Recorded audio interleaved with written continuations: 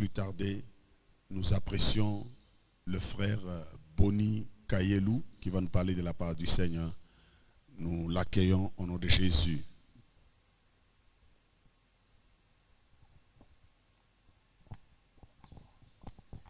Alléluia. Que le Seigneur Dieu vous bénisse encore une fois ce matin.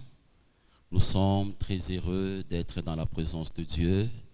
Une matinée de gloire, une matinée exceptionnelle, une matinée où Dieu veut encore faire du bien à son peuple au travers ses cultes. Pendant quelques minutes, je voudrais encore une fois de plus élever le nom de Jésus avec vous, partout où vous nous suivez, dans vos maisons, partout où vous nous suivez dans vos cellules. Nous allons élever nos voix pendant juste une minute, nous allons adorer le Seigneur. Tendre Père, nous te bénissons, nous t'adorons encore une fois ce matin. Merci pour ces privilèges que tu nous accordes d'être dans ta présence. Merci pour ta grâce éternelle que tu as répandue sur nous. Merci Seigneur pour la présence de ton esprit qui est en activité dans notre vie. Merci Seigneur Dieu de toute gloire pour le signe, le prodige, le miracle que tu es en train d'accomplir jour après jour dans notre vie. Nous te rendons gloire, nous te bénissons. Dans le nom puissant de Jésus-Christ de Nazareth. Saint-Esprit, nous nous soumettons à toi ce matin. Je soumets ma bouche à toi, je soumets mes yeux à toi, je soumets mon intelligence à toi. Je voudrais que tu visites ton peuple au travers le message que tu nous as communiqué dans le nom puissant et glorieux de notre Seigneur Jésus. Nous avons ainsi prié. Nous disons Amen. Que le Seigneur Dieu vous bénisse. Nous rendons grâce à Dieu encore une fois ce matin pour cette opportunité que le Seigneur nous a accordée, tout en bénissant le Seigneur pour le souffle de vie qui est en nous. Nous tenons aussi à dire merci grandement à notre Père spirituel, à la personne du pasteur Jean-Bertin Binounou. Nous disons merci parce que ce matin, le choix a été porté sur nous pour vous communiquer la pensée de Dieu. Je crois que ce matin, quelqu'un sera béni, il sera béni vraiment par la parole de Dieu. Je voudrais rapidement, bien aimé dans le Seigneur, et que nous puissions prendre nos Bibles. Nous allons lire la parole du Seigneur. Nous sommes toujours dans notre mois de la jouissance des bénéfices de la présence de Dieu.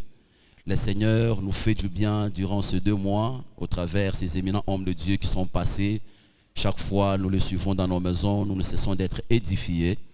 On nous parlait des différentes clés, on nous parlait des différents bénéfices de la présence de Dieu. Et ce matin, bien-aimé, il y a encore d'autres bénéfices que tu vas recevoir de la part du Seigneur. Rapidement, nous prenons nos Bibles, nous allons lire la première portion des Écritures. Nous allons lire dans Genèse, chapitre 28.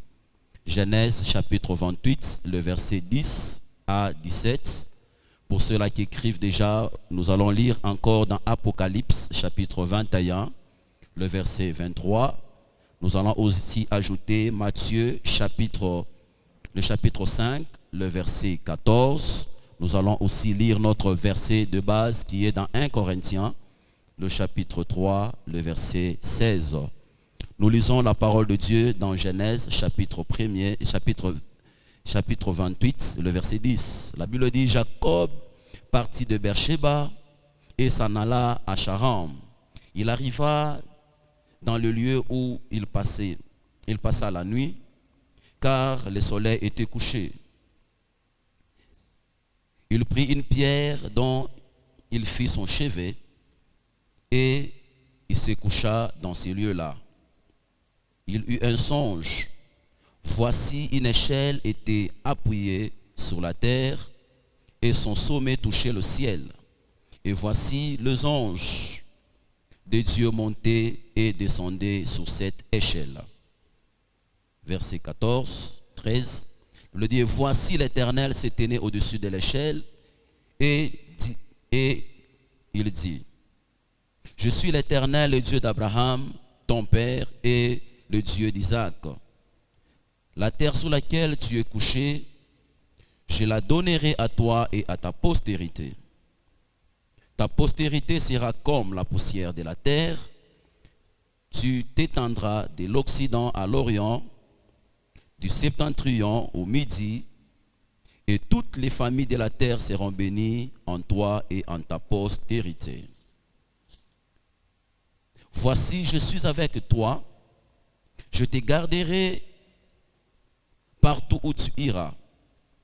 Et je te ramènerai dans ces lieux, dans ces pays, car je ne t'abandonnerai point, que je n'ai exécuté ce que je t'ai dit. Jacob s'éveilla de son sommeil et dit, certainement, l'Éternel est en ces lieux, et moi je ne le savais pas. Il eut peur et dit, que ce lieu est redoutable, c'est ici la maison de Dieu, c'est ici la porte des cieux. Je voudrais avancer un tout petit peu, le verset 19, la Bible dit, il donna à ces lieux le nom de Bethel, mais la ville s'appelait auparavant Luz, et Jacob fit un vœu à l'Éternel. Nous prenons la deuxième portion des Écritures dans Apocalypse, Apocalypse chapitre 21. Apocalypse chapitre 21, le verset 23. La Bible dit, la ville n'a besoin ni du soleil, ni de la lune pour l'éclairer, car la gloire de l'Éternel, la gloire de Dieu l'éclaire. Nous prenons Matthieu chapitre 5, Matthieu chapitre 5, le verset 14, la Bible dit, vous êtes la lumière du monde. Une ville située sur une montagne ne peut être cachée. Et pour terminer, nous prenons notre texte de base dans 1 Corinthiens, le chapitre 3, le verset 16. 1 Corinthiens chapitre 3, le verset 16. La Bible dit, ne savez-vous pas que vous êtes le temple de Dieu et que l'Esprit de Dieu habite en vous. Alléluia. Nous acclamons très fort la parole de Dieu. Que le Seigneur vous bénisse. Bien-aimés, depuis 2 mois, nous sommes en ces lieux et nous recevons de la part de Dieu le bénéfice que le Seigneur nous a accordé au travers de sa présence qui est en nous. Parce que vous devez être sans ignorer que depuis le jour que nous donnons notre vie au Seigneur, le Seigneur a cessé d'habiter loin de nous. Le Seigneur vient habiter dans notre cœur et sa présence s'installe en nous par son esprit. Alléluia. Et bien aimé dans le Seigneur, je voudrais évoquer quelques petites choses sur la présence de Dieu avant d'aller plus loin avec mon message.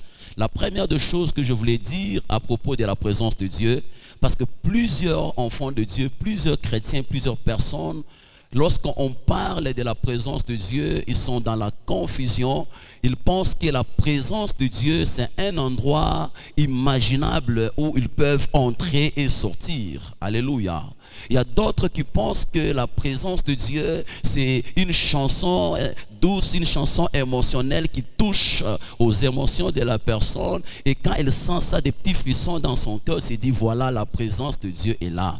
Et d'autres personnes, certainement, ils pensent que la présence de Dieu, c'est un bâtiment. Un bâtiment, c'est seulement lorsqu'ils vont à l'église, lorsqu'ils vont dans un temple construit de mains des hommes. Oui, bien aimé, il est vrai qu'on peut entrer dans un temple pour communier, mais la réalité, c'est que, bien aimé dans le Seigneur, la présence de Dieu n'a rien à faire avec tout cela. Alléluia.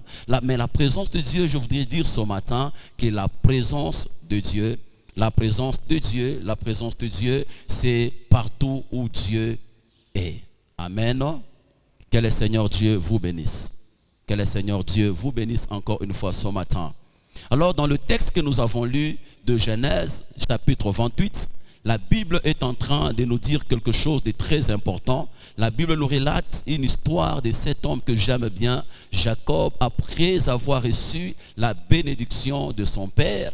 La Bible déclare et dit, bien-aimé dans le Seigneur, il a reçu la bénédiction de son père et le père lui dit d'aller prendre une femme. Et le Seigneur lui dit, et le père lui dit que tu ne devais pas prendre la fille parmi les filles cananéennes, mais tu dois aller dans ta famille prendre une épouse. Mais ce que j'aime, c'est dans le parcours, dans son voyage. La Bible dit, lorsqu'il a commencé à faire son voyage vers, oh bien-aimé, le pays que le Seigneur lui a indiqué, au milieu de chemin, le Seigneur lui a visité. Ce que j'aime avec la parole de Dieu, dans les passages que nous avons lus, bien aimés, la Bible déclare et dit qu'il est arrivé à un certain moment où Jacob se retrouve à un endroit. Et cet endroit, bien-aimé, c'est un endroit très particulier. Cet endroit-là, bien-aimé, avant que Jacob passe de ces lieux, je n'ai pas vu la Bible parler de cet endroit. Mais lorsque Jacob, bien-aimé, est arrivé à cet endroit, c'est la première fois que je vois dans la Bible parler de Luz, bien-aimé. Écoutez-moi, bien-aimé, la Bible dit, lorsque Jacob arrive en ces lieux-là, et comme il était fatigué, il faisait déjà tard, c'était la nuit, Jacob se décide à ce moment-là, bien-aimé, de dormir. Alléluia. Et pendant qu'il s'est couché, tout à coup, il voit un songe. Et j'aime le songe que Dieu est en train de donner à Jacob. Dieu donne un songe à Jacob. Et dans ce songe-là, bien-aimé dans le Seigneur, la Bible dit, la première des choses que Jacob remarque, la Bible dit, il voit une échelle. Et cette échelle était particulière. Je ne sais pas comment était la longueur de cette échelle, mais la Bible me dit que cette échelle touchait le sol, la terre et jusqu'au ciel. Ça, c'est le premier constat que Jacob est en train de faire. Et il voit Dieu au-dessus de l'échelle. Il est Dieu qui est en train de parler, mais en dehors de ça, il voit les anges de Dieu. Mais ce que je remarque avec Jacob, c'est que Jacob, il constate les anges de Dieu en train de monter et de descendre. Je me suis posé une question. Où étaient les anges? Parce que la Bible dit les anges montaient et descendaient. Apparemment, les anges quittaient la terre et allaient vers le ciel. Oh, rejoindre Dieu, il faisait un mouvement. Oh, j'aimerais dire à quelqu'un déjà dans l'introduction de mon message que les anges de Dieu ne sont pas seulement au ciel, mais les anges de Dieu sont aussi à côté de nous. Dieu a disposé pour chaque enfant de Dieu les anges de Dieu, les anges de Dieu pour lui. Et Jacob avait les anges de Dieu, quelque chose de très particulier, mais Jacob ne l'avait jamais remarqué. Oh, alléluia. Il constate les anges de Dieu. Et tout à coup, Dieu est en train de parler. Dieu fait des promesses à Jacob. Il commence à dire à Jacob que le lieu où tu es, moi Dieu, je te le donnerai. Moi Dieu, je ferai de toi une grande postérité. Je bénirai ta postérité. Je ferai de grandes choses. Et le Seigneur énumère toutes ces choses-là. Oh, écoutez-moi, bien-aimés dans le Seigneur. La Bible dit que lorsque Jacob a reçu ces choses, il a fait une déclaration forte. Il dit: je ne savais pas que l'Éternel était en ces lieux. Ces lieux est devenu est un lieu redoutable. Pour moi, quand j'étais en train de méditer, je me disais, Jacob, comment est-ce qu'il a compris cela? Je me suis rendu compte que plusieurs fois, Jacob qui est le fils d'Isaac, qui est le fils aussi, Isaac qui est le fils d'Abraham, ils étaient habitués de voir leur père aller sur des montagnes pour rencontrer Dieu. Pour parler à Dieu, pour parler de la présence de Dieu, c'était seulement sur des montagnes. Mais plus particulièrement dans ce texte, bien aimé, c'est le lieu qu'il a appelé Bethel, qui veut signifier la maison de Dieu. Écoutez-moi, bien aimé dans le Seigneur, ce lieu n'était pas une montagne. Ce lieu, c'était un endroit où il s'est retrouvé. Ce n'était pas une montagne aussi particulière qu'on peut le dire, mais c'était un endroit sous son passage. Mais parce que le Seigneur était là, ce lieu est devenu redoutable. J'aimerais dire à quelqu'un ce matin, à cause de la présence de Dieu dans ta vie, tu es redoutable. Oh, je dis tu es redoutable. Je répète, tu es redoutable. La présence de Dieu dans ta vie fait de toi un homme exceptionnel. La présence de Dieu dans ta vie fait de toi un homme particulier. La présence de Dieu dans ta vie fait de toi un homme extra. Écoute-moi, bien-aimé dans le Seigneur. Ce qui fera de toi un homme redoutable. Un homme redoutable, ce n'est pas ton niveau d'études, ce n'est pas ta race, ce n'est pas, bien-aimé, la connaissance que tu as d'avance, mais seulement la présence de Dieu qui est dans ta vie. Oh, j'aimerais dire à quelqu'un ce matin, tu n'es pas un homme ordinaire, tu n'es pas une femme ordinaire. Peut-être ta taille te trompe, peut-être ta race te trompe, peut-être le niveau de tes études est en train de te frustrer. Ce matin, je suis venu annoncer à quelqu'un une nouvelle. Tu es redoutable à cause de la présence de Dieu, à cause juste de la présence de Dieu qui est en toi. Laisse-moi te dire ce matin, tu es redoutable. Si tu crois à ces choses, donne-moi un très bon amen et j'avance. Ce lieu est devenu redoutable. Il a appelé ce lieu-là Bethel. Il a avancé avec le Seigneur. Il est allé jusque dans le pays où le Seigneur lui a indiqué. La Bible dit, il l'a envoyé jusqu'à aller à Charan. Mais j'aime quelque chose de particulier. Après tout ce qui s'est passé à Charan, la Bible déclare, Dieu vient encore visiter.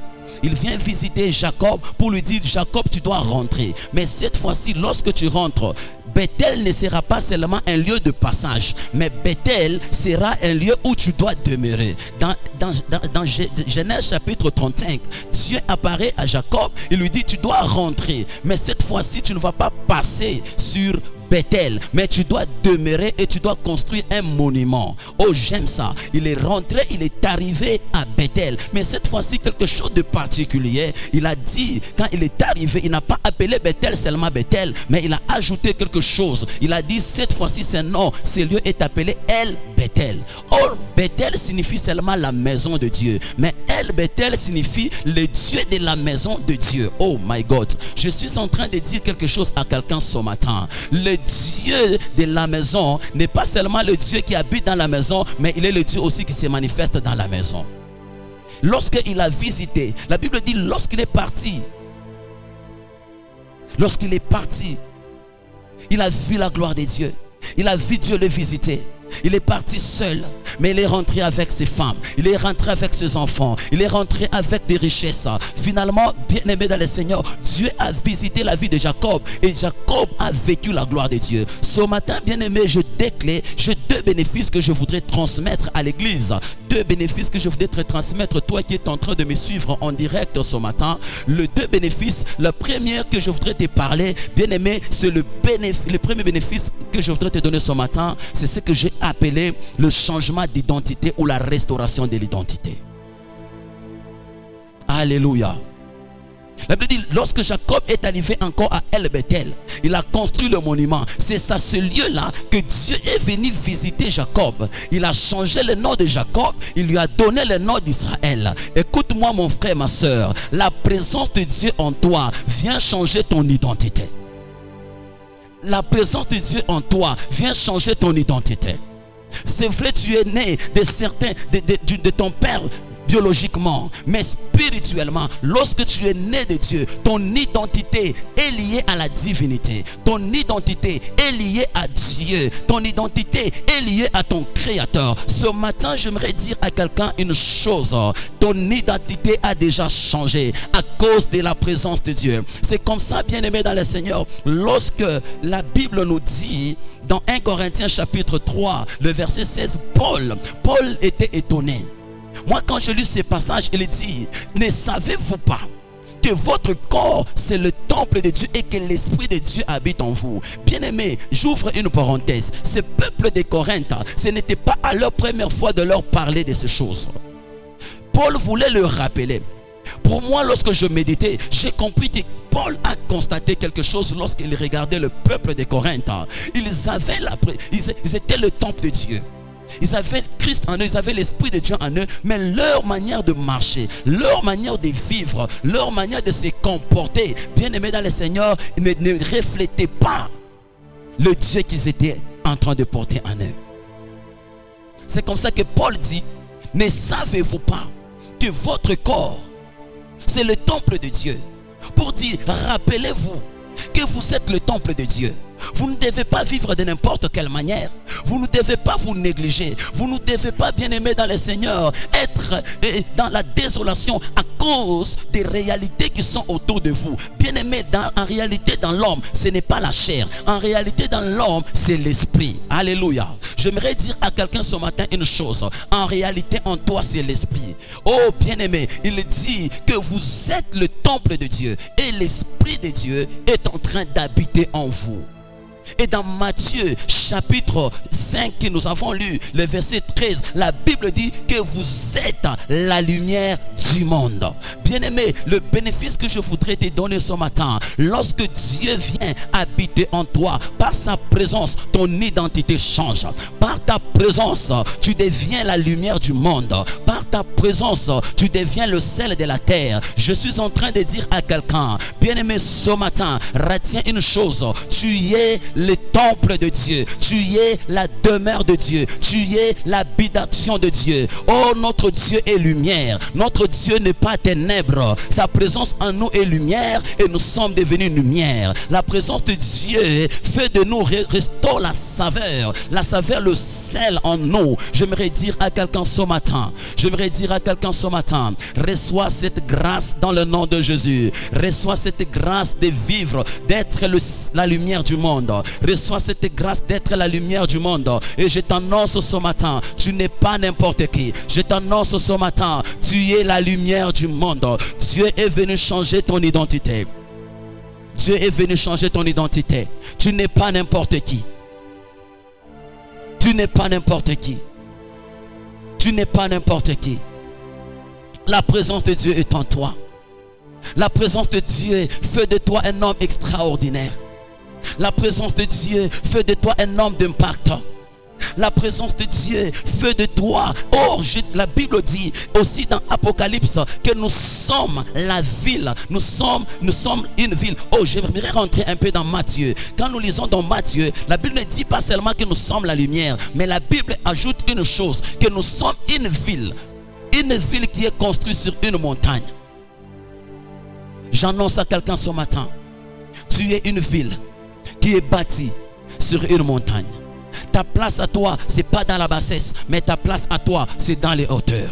Ta place à toi n'est pas dans la bassesse, mais ta place à toi, c'est la place qui est visible. C'est comme ça que je suis en train de dire à quelqu'un, tu ne resteras pas caché, mais le temps est en train de venir où ta lumière va envahir les nations. Où ta lumière va envahir les nations. Je vois Dieu impacter ta vie ce matin à cause de sa présence dans ta vie. Tu es une ville. Tu es la demeure de Dieu. Tu es la demeure de Dieu. Tu es la demeure de Dieu. Le problème de l'église, le problème des enfants de Dieu, c'est que les enfants de Dieu aujourd'hui sont en crise d'identité. Ils ne savent pas ce qu'ils sont en réalité. Ils ne savent pas ce qu'ils sont en réalité. Ils ne savent pas ce qu'ils sont en réalité.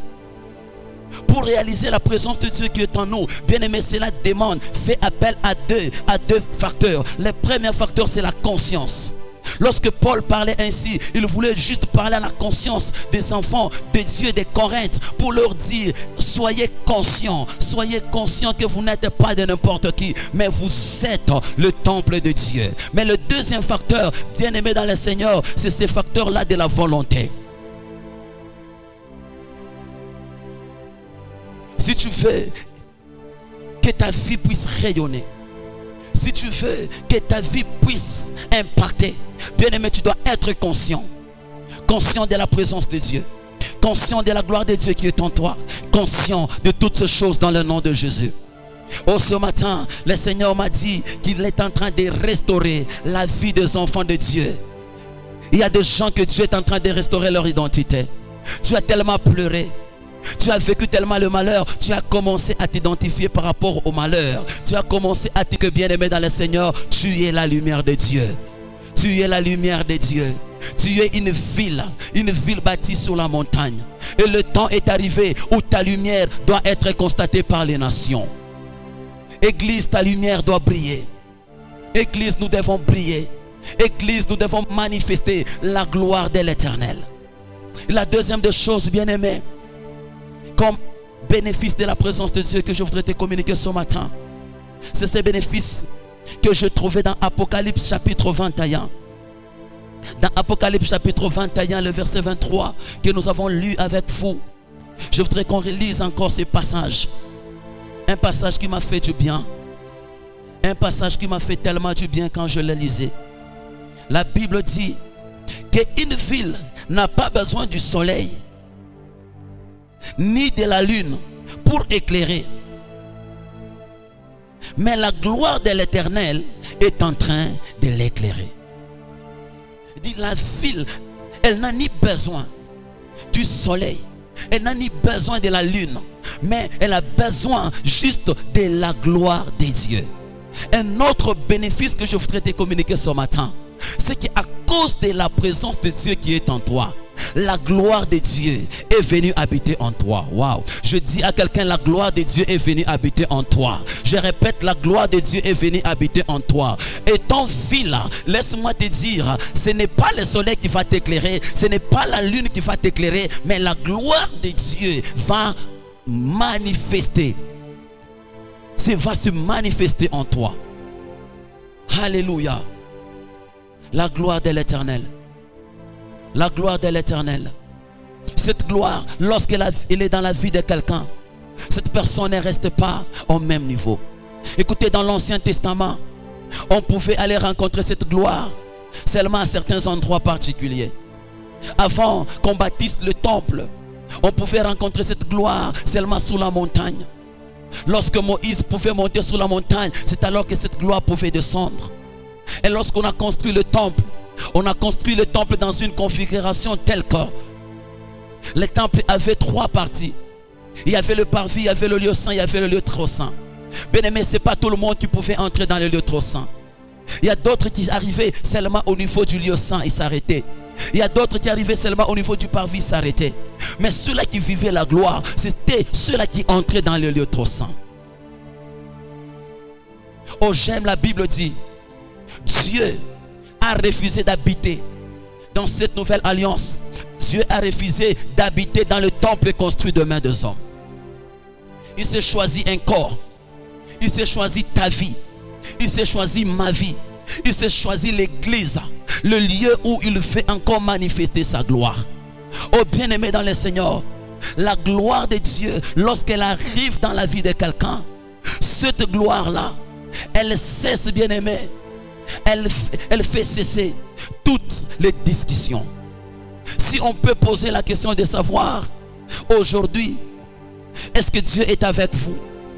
Écoutez, la Bible pose et me dit une chose.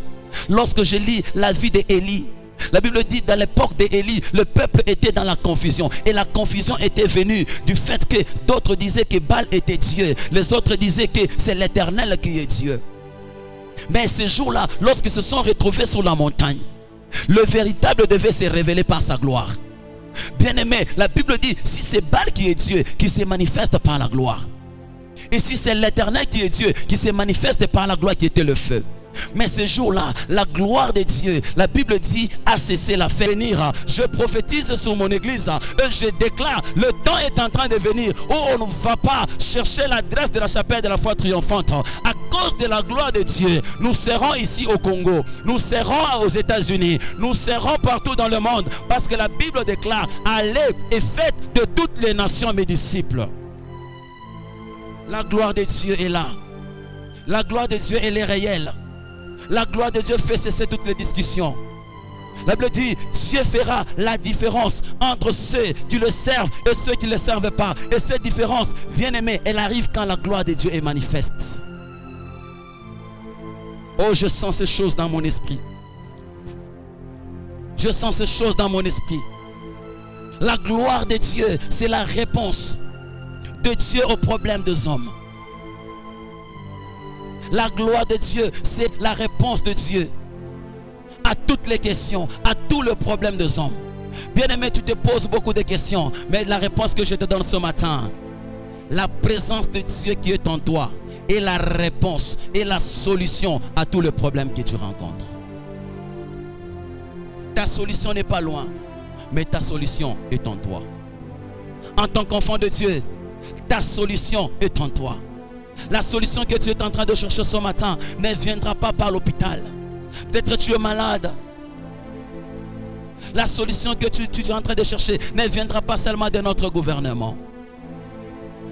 Mais la solution viendra par la gloire de Dieu qui est dans ta vie. J'annonce à quelqu'un ce matin, la gloire de l'Éternel, la gloire de l'Éternel, la gloire de l'Éternel, la gloire de l'Éternel va résoudre tout le problème que tu as. Et ce matin, confie-toi en cette présence. Confie-toi en cette présence qui est en toi. J'aimerais aller rapidement. La gloire de Dieu, bien-aimé, est en solution au problème. La Bible déclare et dit que cette femme qui était malade, pendant 38 ans, elle perdait le sang. Les hommes, les docteurs l'ont touchée. Ça n'a rien changé.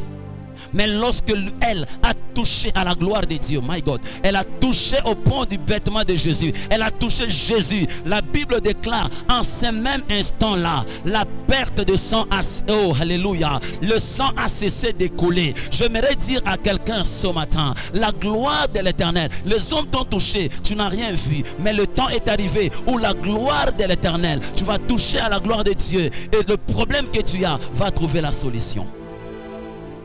Zacharie, bien-aimé, sa femme était stérile pendant des années et des années. La Bible dit, le moment est venu, le tour où Zacharie devait entrer dans le lieu saint. Là, le lieu trop saint en tant que sacrificateur. La Bible déclare, ce jour-là, à cause de la gloire de Dieu qui était en ce lieu-là, Zacharie qui était stérile, sa femme était stérile, qui n'avait pas d'enfant, mais à cause de la gloire de Dieu qui était dans ce lieu-là, Zacharie est sorti avec son enfant. J'annonce à quelqu'un ce matin, tu ne sortiras pas de la présence de Dieu sans ton Jean. Oh, j'annonce à quelqu'un, tu ne sortiras pas de la présence de Dieu avec ton enfant. Si tu étais stérile, si tu étais malade, si tu avais des problèmes, je t'annonce ce matin, à cause de la gloire de Dieu qui est dans sa présence, de la gloire de Dieu qui est dans sa présence, ton problème est en train de trouver solution ce matin. Le monde sera étonné. Il se posera la question comment cela s'est passé. Mais j'ai une réponse que tu vas donner au monde. La gloire de l'Éternel. La gloire de l'Éternel a été mon partage. La gloire de l'Éternel, c'est aussi la manifestation de la puissance de Dieu. On ne doit pas seulement s'arrêter à parler de la gloire. La gloire de Dieu, c'est pas seulement ce moment-là où tu sens une joie dans ton cœur. Oui, elle nous communique la joie, elle communique la paix. Mais la gloire de Dieu, c'est aussi la manifestation. C'est aussi la manifestation de la puissance de Dieu. Oh, la Bible déclare, le royaume dans lequel nous sommes bien-aimés, ce n'est pas seulement un royaume de paroles, mais c'est aussi un royaume de puissance. Lorsque la gloire de Dieu descend dans la vie d'un homme, lorsque la gloire de Dieu se manifeste dans la vie d'un homme, laisse-moi dire à quelqu'un ce matin, à cause de la gloire de l'Éternel, à cause de la gloire de l'Éternel, il y aura la manifestation de la puissance. Lorsque la gloire est là, c'est alors que les paralytiques peuvent marcher. Lorsque la gloire de Dieu est manifeste dans la vie de quelqu'un, c'est alors que le malade peut être guéri. Lorsque la gloire de Dieu est manifeste dans la vie de quelqu'un, c'est alors que l'impossible devient possible. Oh, j'annonce à quelqu'un ce matin, l'impossible deviendra possible pour toi. Je dis l'impossible deviendra possible pour toi. Parce que rien n'est impossible à Dieu. Rien n'est impossible à Dieu. Rien n'est impossible à Dieu. La Bible déclarée dit, la ville n'a pas besoin du soleil, mais elle a juste besoin de la gloire. La ville n'a pas besoin de la lune, elle a juste besoin de la gloire.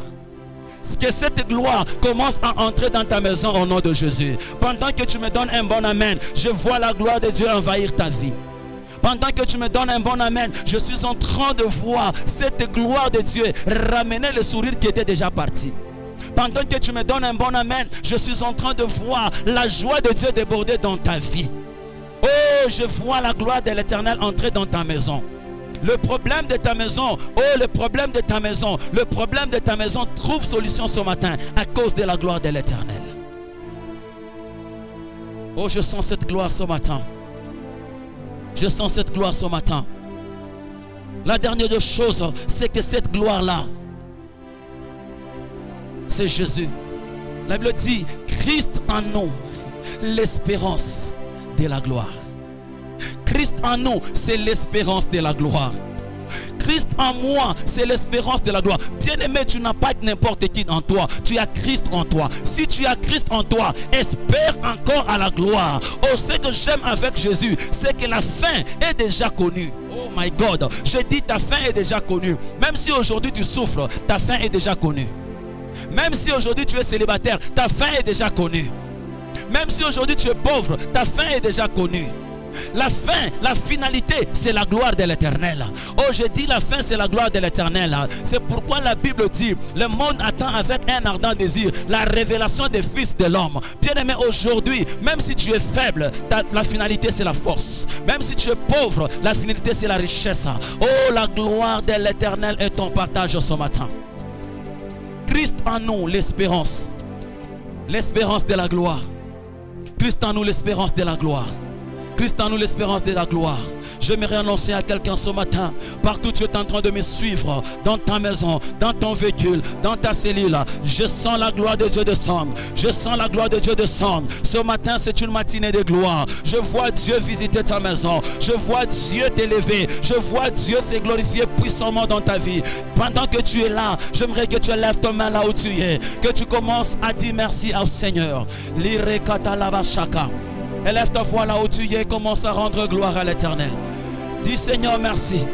Merci parce que tu es le Dieu qui ne partage pas la gloire avec les hommes. Alléluia. Les bradosita la bahata la zita la bahote. Limradoseke li bahata la bababo shata la bababa. Dis merci à Dieu pour sa présence en toi. Dis à Dieu merci pour sa présence en toi. Parce qu'il a accepté ce matin de restaurer ton identité. Parce que ce matin il a accepté de répandre sa gloire dans ta vie. Il a accepté de répandre sa gloire. Rekata la bashata. Me brekete le basota ya bababa shata. Limragada kataka ya basheke le bakanta mana gloria. Le brede la zita bauta bahate. Bregezi ya manta la bashata la bababa bosha. E bragada kataka la baya. Ma bragada kataka la bakata la basheke le bakanta. Le bragada kataka la baya. Je suis le temple de Dieu. Je suis le temple de Dieu. Je suis le temple de Dieu. Et la gloire de Dieu est en moi. Merci pour ta gloire éternelle. E bragada kataka la baya. Me karabashanda. In Jesus' name. Tu vas maintenant prier. Tu vas dire Seigneur ce matin, laisse que ta gloire se manifeste dans ma vie. Je suis ton temple. Dans Psaume chapitre 115, la Bible dit, pourquoi les nations diront-elles où est leur Dieu? Bien-aimés, les hommes se sont posés des questions et savoir où est ton Dieu, parce qu'ils n'ont pas vu la manifestation de ton Dieu. Alléluia. Ils n'ont pas vu la manifestation de ton Dieu à un certain niveau. Mais le temps est arrivé où Dieu va manifester sa gloire dans ta vie. Tu vas dire à Dieu ce matin, Seigneur, j'ai soif de vivre ta gloire. Manifeste ta gloire dans ma vie. Manifeste ta gloire dans mon mariage. Manifeste ta gloire dans mon ministère. Manifeste ta gloire sur la terre. Afin que le monde sache que tu es le véritable Dieu. La Bible dit, pourquoi les nations diront-elles, où est leur Dieu? La Bible répond en disant, notre Dieu il est dans les cieux. Il fait ce qu'il veut. Ce matin Dieu, pendant que je parle, je sens cette gloire entrer en toi. Je dis à Dieu, Seigneur, ta gloire, manifeste ta gloire. Élève ta voix là où tu es, commence à désirer la gloire de l'Éternel. Yes. Yes. Yes. Yes. Désire la gloire, aspire. Désire la gloire de Dieu. Ebro sataya bababosha. Mekete yaba santa gloria bashete yaba babosa. Ebrakata yaba santa gloria basheta yaba babosa. My canto de gloria shikaraba santa gaï de gloss. Et braquete ya mama shade ya ba santa gloria. Continue à prier, continue à prier, continue à prier.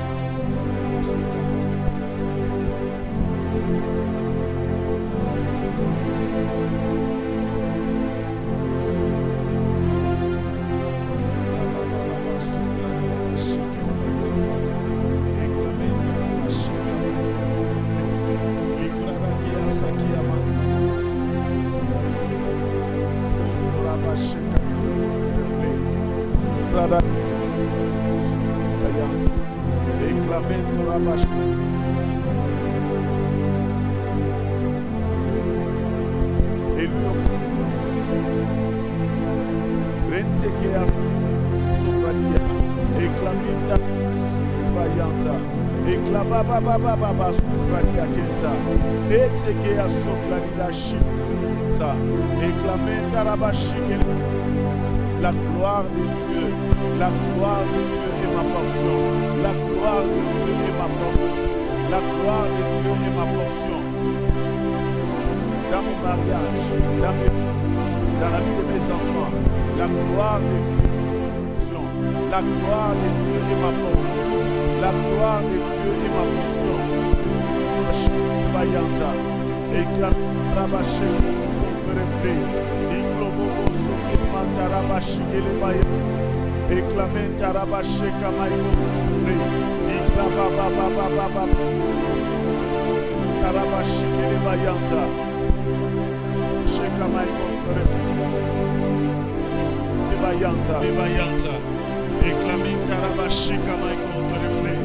In Jesus' name.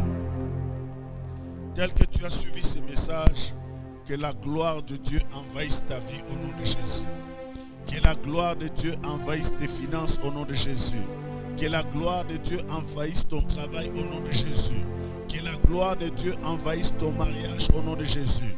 Que la gloire de Dieu envahisse tes finances au nom de Jésus. Que la gloire de Dieu envahisse tous les aspects et tous les domaines de ta vie au nom de Jésus. Que la gloire de Dieu affecte ta vie, affecte ta santé, affecte tout ce qui te concerne et que tu vives les changements. Au nom de Jésus, merci Seigneur. In Jesus' name. Nous vous apprécions de partout où vous nous suivez. Vous avez suivi le fils de prophète, le frère Boni Kayelou. Combien le message a été si puissant. Nous prions pour que la grâce de Dieu abonde encore sur lui, que Dieu puisse le restaurer. Et que la grâce de Dieu soit avec vous au nom de Jésus. Alors pour tous les fils et les filles de la chapelle La Foi Triomphante, nous vous donnons le communiqué. Nous vous disons que le mardi, le pasteur sera au bureau. Il les recevra à partir de 16h jusqu'à 19h. Et le mercredi et vendredi, nous avons nos cultes dans nos cellules de 17h30 à 19h. Quel que soit ce qui arrivera, sache que tu gardes d'abord ta cellule. Mercredi et vendredi de 17h30 à 19h. Et les dimanches, nous aurons notre culte le matin de 9h à 11h30, chacun dans sa cellule. Que la grâce de Dieu soit avec vous au nom de Jésus. Alors proclame-le ensemble avec moi. Oui, le bonheur et la grâce et les bénéfices de la présence de Dieu. Proclamons ensemble. Oui, le bonheur et la grâce et les bénéfices de la présence de Dieu m'accompagneront tous les jours de ma vie et j'habiterai dans la maison de l'Éternel d'éternité en éternité. Amen.